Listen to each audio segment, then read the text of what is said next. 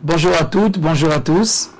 Nous allons parler aujourd'hui du dernier visage du monde de la Tzilou, du monde de l'émanation. Il s'agit donc de la Nukva, ou le féminin. Le féminin, il s'agit bien sûr du visage féminin de Dieu, et qui correspond à ce que nos maîtres appellent la Shrina, la présence divine dans ce monde. Nous allons voir une étude de ce visage au féminin. Il s'agit de la Malchut, de la royauté, ou de la dernière séphira, du dernier principe du monde de l'émanation. C'est le principe que nous allons voir qui va engendrer tous les mondes des créatures. Mais avant cela, nous allons voir un passage du Kalar Pitre Chorma, le Petar Kuf Lamed, chapitre 130. Dans le Kalar, le Ramchal écrit Nukva yeshla binyan bifne atzmo, besod mochea, לפי מה שיש להם לתקן כל מדרגותיה, אלה בחסדים ואלה בגבורות. Nous savons que ce visage a une construction particulière, à savoir, même si le Zohar rappelle souvent l'idée de la Nukva en tant qu'aspect claria de la Nahara, c'est-à-dire la sphère qui ne brille pas, qu'elle n'a rien de particulier, à savoir qu'elle capte, qu'elle reçoit, ensuite elle émane les flux aux autres. Comme si c'était un récepteur, un bet kiboul, un keli, un réceptacle pour donner ensuite aux autres. Mais en vérité, elle a une construction particulière. Comme d'ailleurs tous les visages, tous les partsoufim du monde d'émanation ont une construction.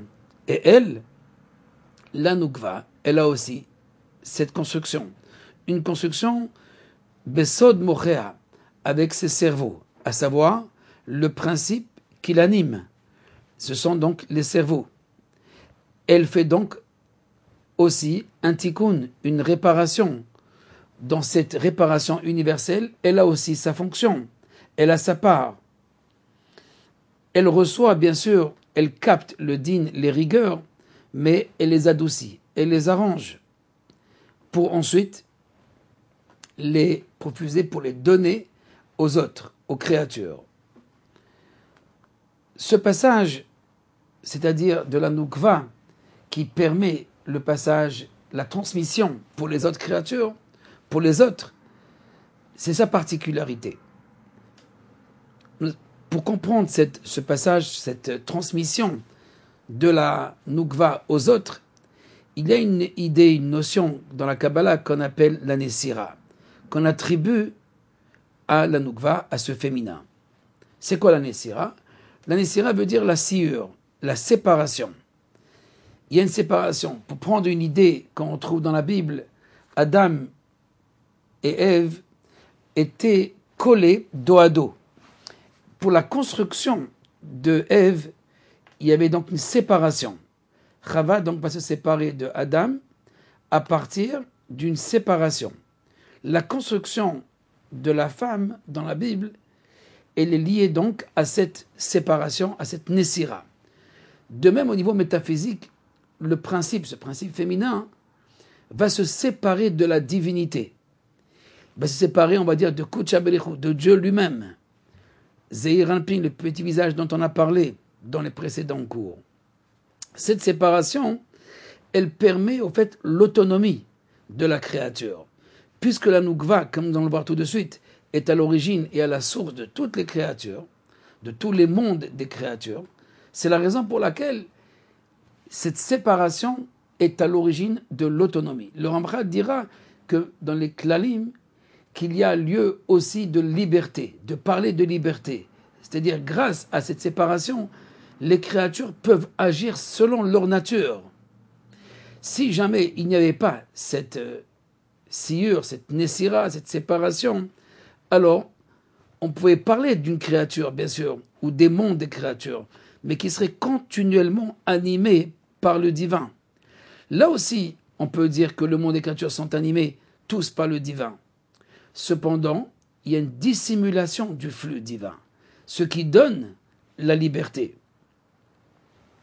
Le Ramchal écrit dans le Petar Kuf Lamed, dans le Kalar Pitre Chorma, concernant cette Nessira, Achor be'achor sodo itlaatut shel gvurot. Cette idée de dos à dos qu'on retrouve dans les visages masculins et féminins correspond donc à la hitlaatout, à l'incandescence des rigueurs. Mitlaatin midabkin ele be'ele, ve'apanim en laem peula ou shlita. Quand on parle de dos, c'est le contraire du visage, à savoir personne, aucun n'oriente son visage vers l'autre.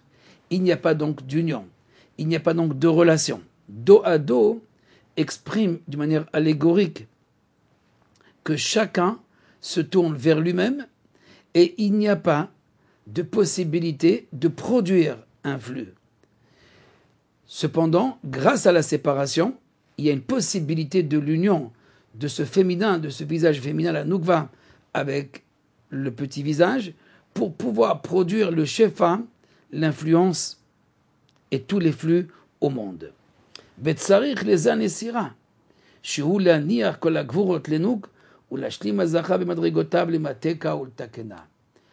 Dans cette nesira, c'est dans cette séparation, alors la Nukva, le féminin, reçoit les rigueurs de la séparation, de la division, pour ensuite être adouci et être arrangé en vue de l'union. Pour comprendre plus cette idée donc de séparation, de Nessira, il faut savoir que le féminin, le visage féminin, correspond à cette base de données, à cette base de tout le monde de la Hatzilut. C'est la limite ou c'est le fond de la Hatzilut qui va permettre toutes les créatures de sortir Befoal en acte. Parce que tout était, bien sûr, un niveau potentiel. Grâce à Nukva, un peu comme la terre dans ce monde, ou la femme dans ce monde, qui permet la révélation de la semence, la révélation de la graine, si c'est la terre. De même, ici, la révélation de la volonté divine va se faire à travers ce visage féminin. Mais en vérité, il y a plus que cet engendrement comme nous allons le voir tout de suite. Mais d'abord, il faut comprendre cette idée d'engendrement chez la Nukva. Il y a cette possibilité aux créatures de sortir, d'être autonomes, d'être séparées du divin, de la pensée de la divinité, de sortir des potentiels en acte. C'est grâce à ce visage qu'on appelle la Nukva ou la Malchut, c'est-à-dire la dernière séphira du monde de l'émanation, c'est elle qui va permettre d'engendrer ou de révéler toutes les créatures par la suite. Ceci dit, quand on parle de créatures, on ne parle pas de réellement de créatures, c'est-à-dire physiquement, on ne parle pas de créatures.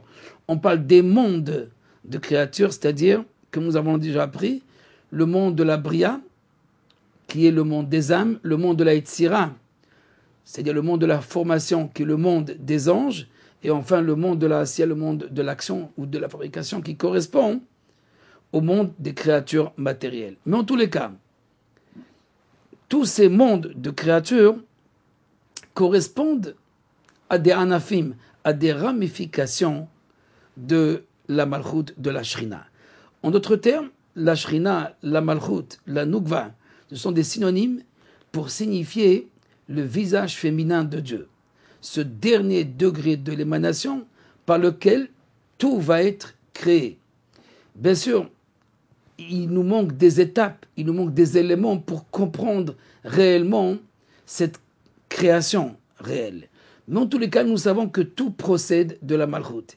Il est vrai qu'il y a une idée qu'on appelle les palais, les chalot, et ces palais rentrent entre le monde de la divinité, qui est le monde de l'émanation, et le monde des créatures. Ce sont ces palais, ces maisons, de manière symbolique, qui permettent cet engendrement réellement. Mais en tous les cas, sans entrer dans ce détail des palais, la malchut est à l'origine.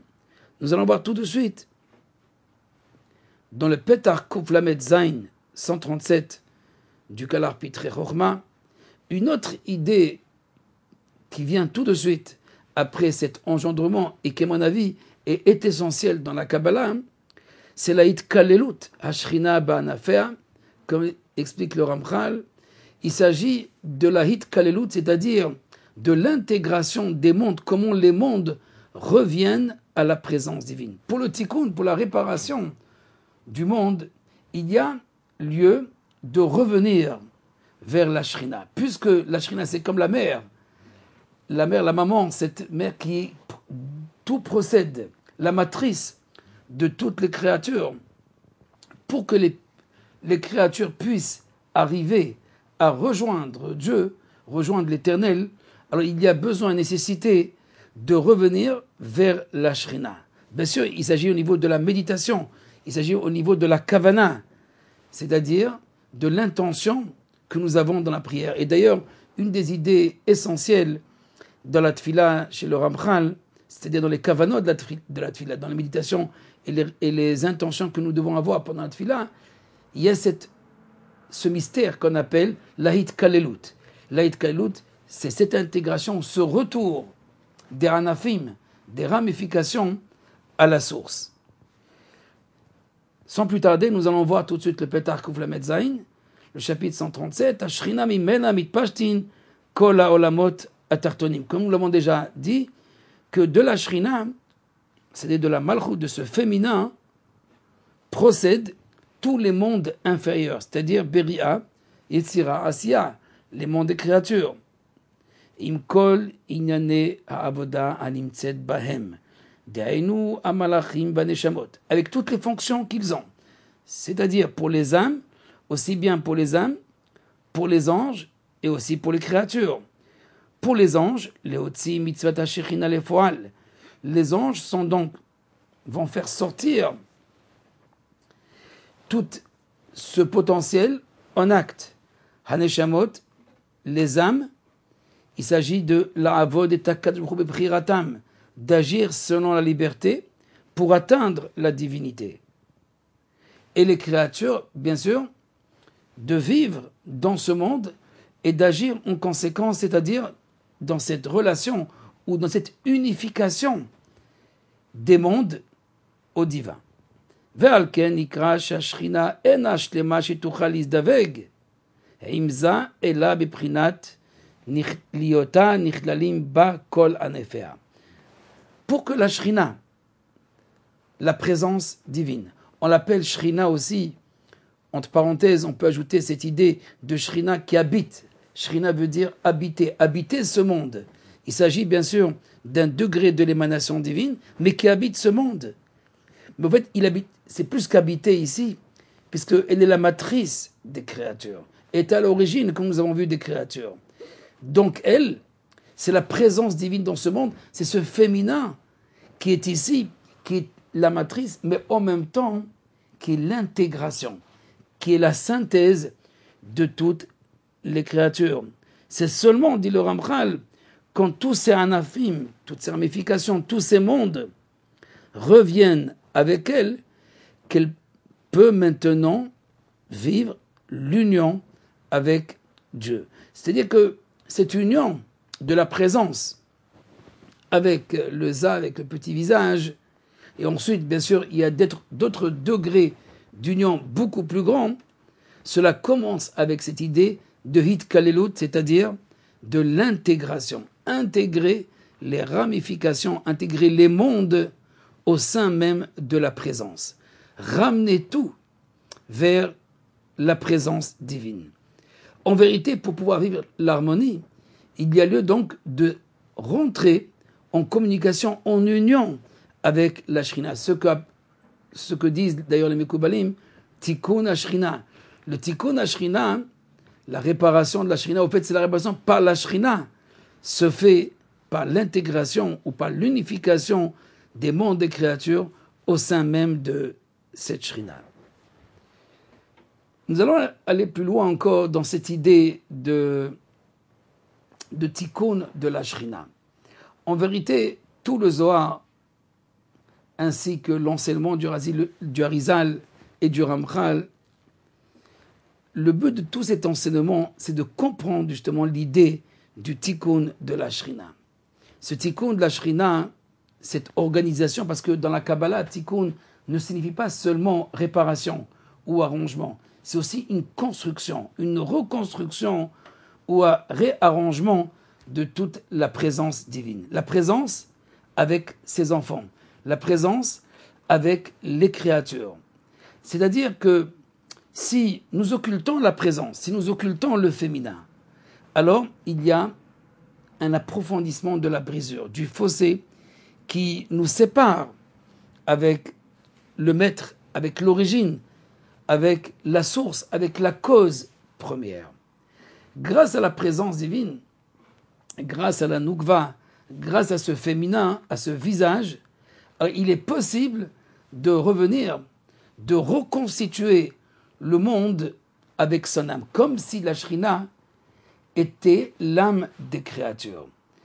En vérité, toutes les créatures peuvent vivre cette relation, cette union avec la Shrina, jusqu'à ce que le Ramchal explique que l'âme elle-même, au sein de elle-même, il y a cette idée donc de la Shrina, de la présence divine. Comme si la Shrina mitla beshet baneshamot, elle s'habille à l'intérieur même des neshamot. Elle intègre au fait les âmes.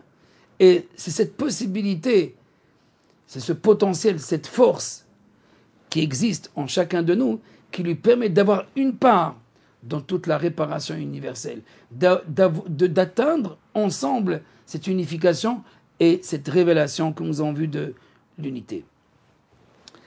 Pour pouvoir approfondir cette idée donc du tikkun de la Shrina, il y a non seulement chez le Ramchal, à partir bien sûr du Zohar de Rabbi Shimon Bar Yochai, de l'idée de Mar'e ou Tmunat Hashem. La Tmunat Hashem, c'est-à-dire l'image de Dieu.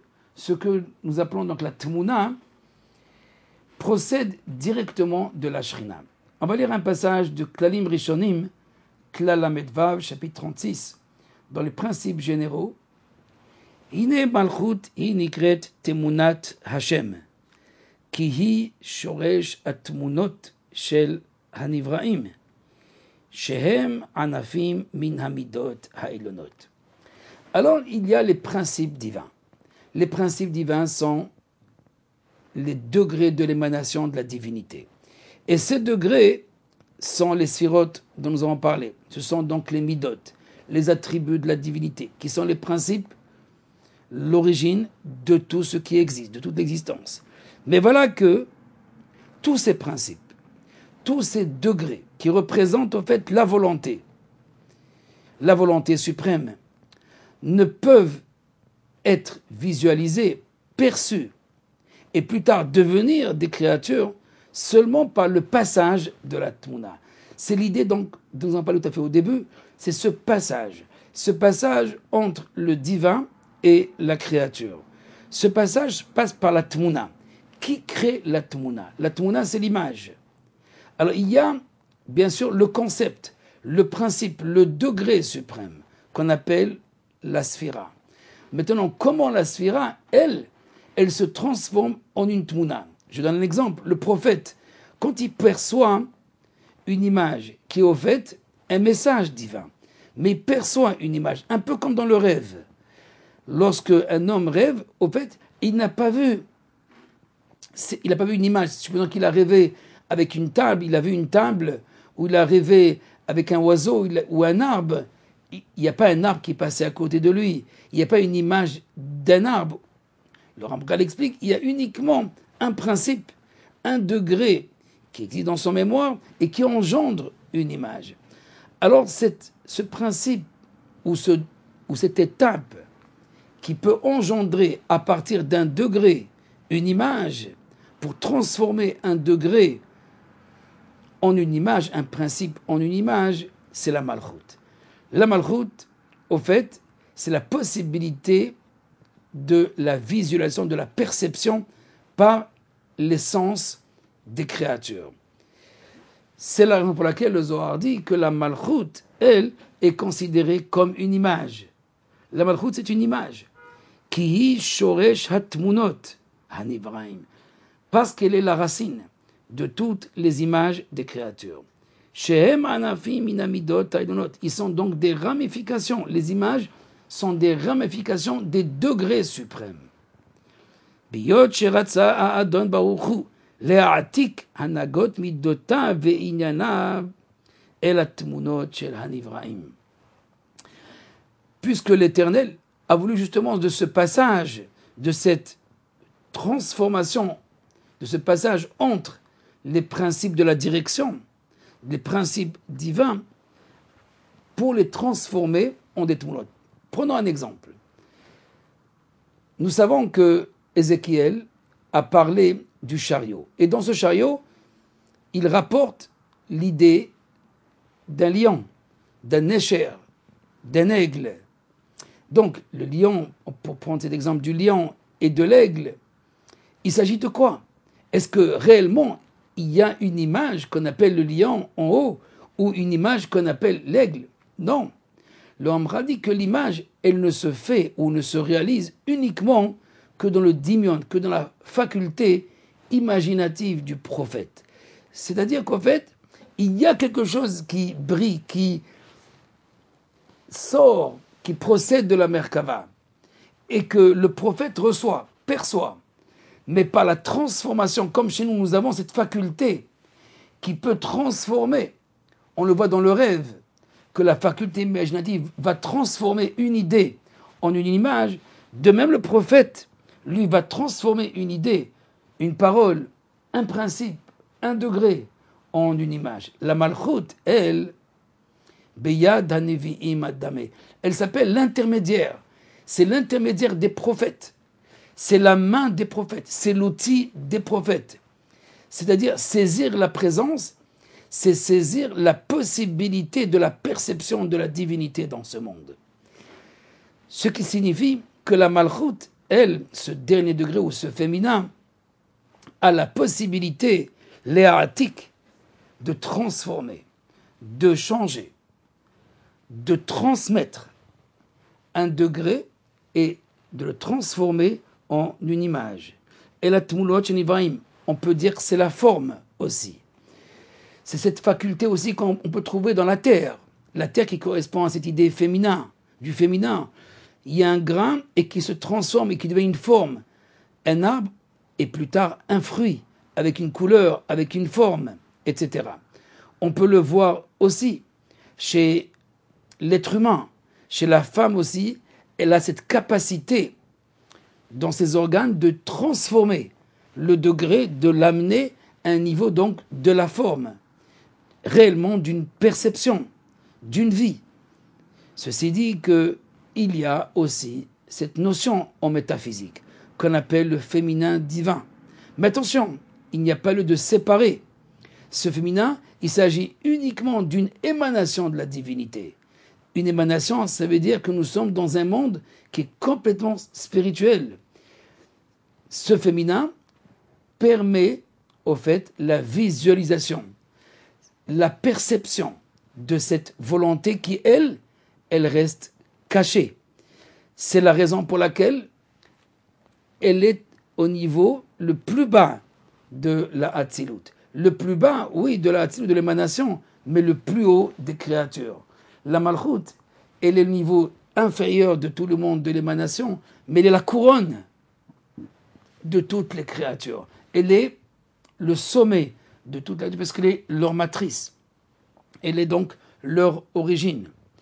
Ceci dit que, pour revenir à l'idée donc de la Tmouna, le Ramchal continue dans les Klalim, Ar shoresh atmunot ha'ele leficho ka'ete kaze hu malchut, ve'en ha'nevi'im hasigim ha'orot ha'elonim ela mitzeh da'atekam el hatmunot.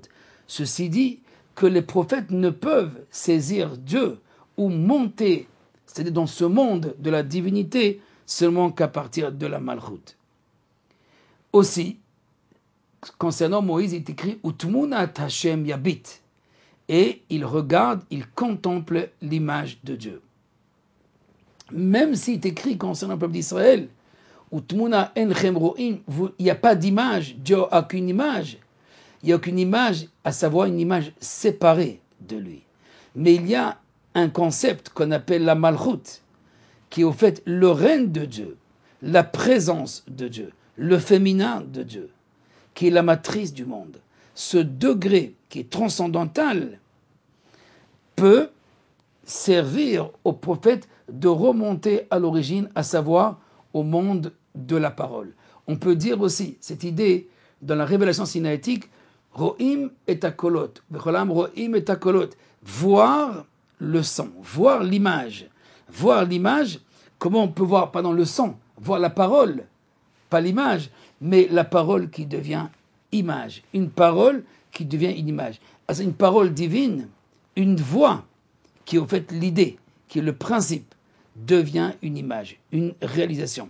Ainsi, nous pouvons comprendre que Hu Amar Vaihi, que la parole, le verbe est créateur, la parole créatrice. La Shrina aussi est appelée Davar, Dibour, la parole, Malchut, paix, c'est la bouche de Dieu. Elle est considérée, et sous forme allégorique aussi, on lui attribue l'idée donc de la bouche. La bouche qui est aussi une matrice, une source de toutes les créatures, la parole créatrice. C'est ce que le Zohar dit, pour terminer ce passage des Klalim Rishonim, qui im bezot italel hamitalel haskel ve'adoa iti. C'est seulement à partir d'elle. À partir d'elle, italel hamitalel. L'homme peut se glorifier. Le prophète peut se glorifier. On ne peut pas se glorifier ni par la chokhma, ni par la richesse, ni par la connaissance. Personne ne peut se glorifier. Mais il n'y a qu'un être qui peut se glorifier. C'est celui qui a saisi Zot. C'est là, celle-ci, c'est la présence divine, la source de tout. Italel amitalel, il peut se glorifier grâce à cette Zot, comme dit le prophète. Haskel, à partir d'elle, Haskel ve'adoaiti, il peut me connaître, il peut me saisir.